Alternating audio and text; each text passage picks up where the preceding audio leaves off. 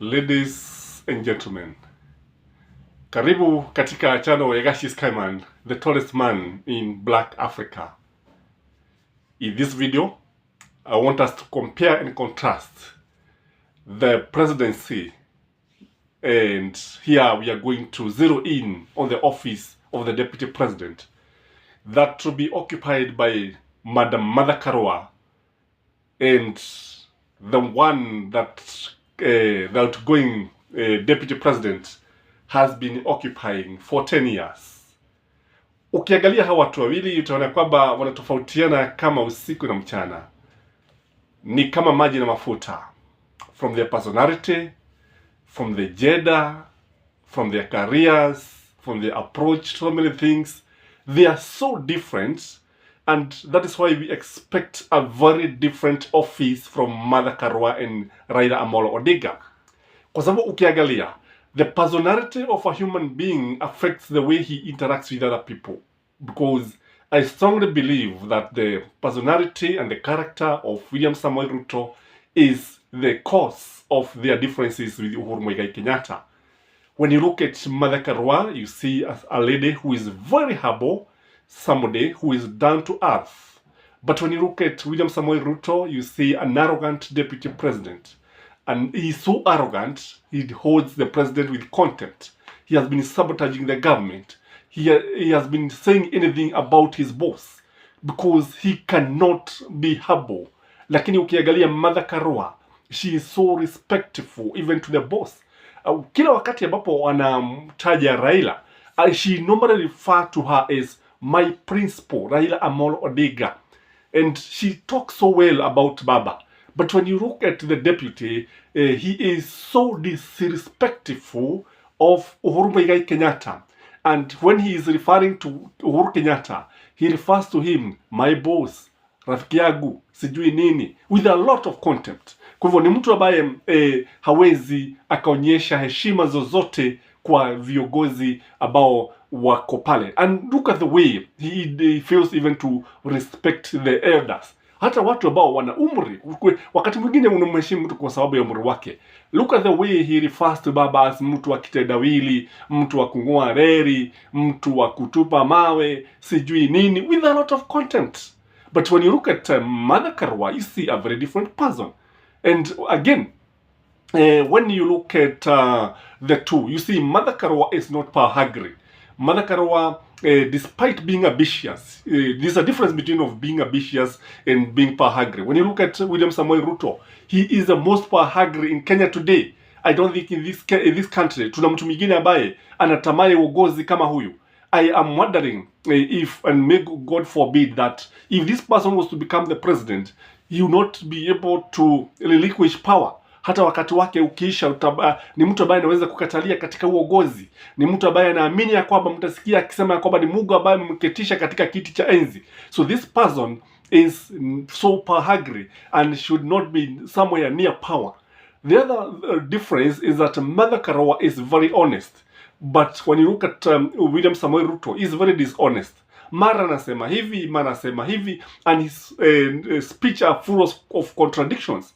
Mara anasema kwamba serikali ndio imesababisha bei ya mafuta kupanda, lakini tunamuona wakati mwingine yeye ndiye alisukuma mswada wa upelekwe bugeni such that we could have a fuel levy being administered to fuel, so that watu waendelee kulipa kodi zaidi.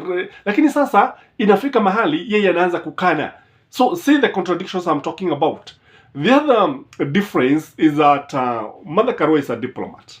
She is so diplomatic, even when approaching people. Even when she was negotiating, when the Raila was negotiating for the deputy, kile ambacho kijitokeza ni kwamba we see a lot of diplomacy at play. But when you look at William Samoei Ruto, we see an authoritarian person. A person who does not listen to anybody. A person who believes it is his way. And this is one reason, again, why they could not work with his boss. Kwa sababu yeye anatumia mkono wa fujo. Ni imla. Mkono wa mtu ambaye ni kama dictator. The first, because you see, this person, it is either his way or the highway. Na si ajabu utapata kwamba after the elections, Kenya Kwanza itakwisha kabisa kwa sababu ya vile ambavyo the man is an authoritarian. The other difference is that when you look at Martha Karua is incorruptible. Ni mtu ambaye hawezi kuchukua chochote, hawezi kuchukua hogo, hawezi kuchukua mlugula, hawezi kuchukua kathogo hata ukimfanyia nini. And I remember very well during the time of Kibaki, wakati wa acknowledging akina Murugaro and others, they were referring to her as the poor woman from Kirinyaga because she could not take anything. She could not take even a shilling from anybody. But when you look at her counterparts from the other side, it's a total contrast. It's somebody who cannot leave anything foul. It's somebody who cannot leave anything edible. Is somebody na Uhuru mwenyewe amesema mara nyingi, si mara moja, ni kama mnaendesha mtu na gari naye anachukua, anaiba gurudumu, anaiba gari yenyewe, anaiba abiria, mifuko, anaiba kila kitu. So this is what brings the difference between the two. The other difference is that when you look at Mother is from the middle class, is somebody who is contented with what he have. But when you look at William Samoei Ruto is a multi-billionaire. He owns a lot of properties from in Nairobi, Eldoret, Nakuru, Uganda, America, Britain. He has so many companies. He has so many ana utajiri mwingi, Western Hotel, sijui nini, and including petrol stations in Uganda, schools, colleges, and this person ukiangalia utaona kwamba ni mtu ambaye hawezi katosheka, ana tamaa kubwa sana ya mali ya hii dunia. The other difference is the emotional difference. When you look at Martha Karua, she is emotionally stable. When you look at Martha Karua, she is composed. She is somebody who can be able to control her emotions. But when you look at Ruto is prone to unjustifiable anger. Ni mtu ambaye ana hasira za mkizi, mtu ambaye anaweza kufanya chochote. And he put it very clearly when he said that he wanted to slap Uhuru Muigai Kenyatta wakati ambapo alikuwa anasema anaweza kuachana na yale marudio uchaguzi after it was nullified by Maraga Court. Kwa hivyo na tena tumewahi kumuona katika uchaguzi akisema kwamba akitisha wapiga kura, akiwaambia, na hata wakati mwingine wakati ambapo alikutana na Isaac Ruto, wakati ambapo Isaac Ruto alisema mkutano utaisha, tunaona vile ambavyo alitishwa na William Samoei Ruto. Na tena kule I think kijana mmoja sio akafanya nini, na akarazimishwa kunyamaza, na it's not something that we expect from a reader, because this person seems to have an emotional problem. And when you look at him, most of the time he is so much annoyed, hasira hatujui ni za nini. Lakini ukiangalia mtu kama baba, ukiangalia mtu kama Martha Karua, you will see people who are stable emotionally. Again, when you look at Martha Karua is a leader, very good leader. But when you look at Samoei Ruto is a politician. The difference is a leader thinks about a generation and a politician thinks about himself.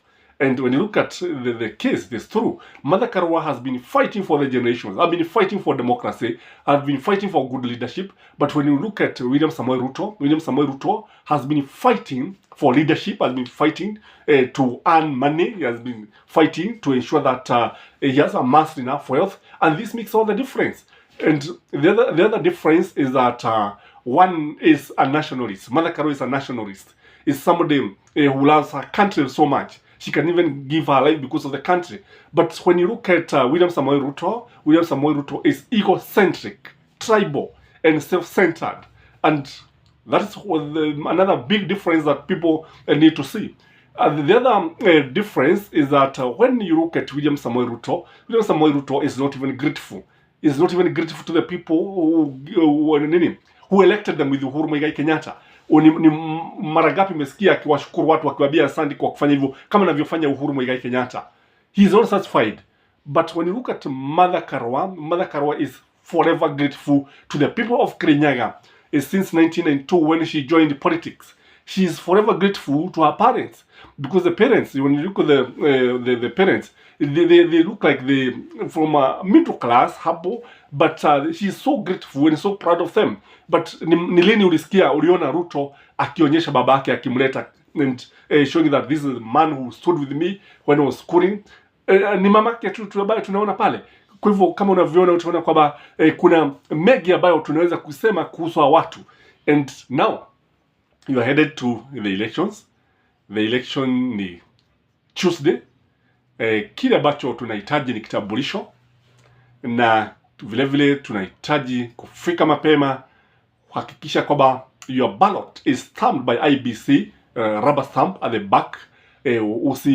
Jabla before you vote, angalia na uone vizuri imepigwa muhuri, kwa sababu isipopigwa muhuri it will be nullified, it will be spoiled. Kwa hivyo ni vizuri tujiandae mapema na tuhakikishe kwamba tumedumisha amani, tuhakikishe kwamba hii ni nchi yetu. Even if you don't agree with anybody, vote peacefully and go home, go wait for the results. The results will be declared, the winner shall be declared, Kenya shall remain. And this is my take. Justice Kaiman, the tallest man in Black Africa. Bye bye and have a blessed Sunday.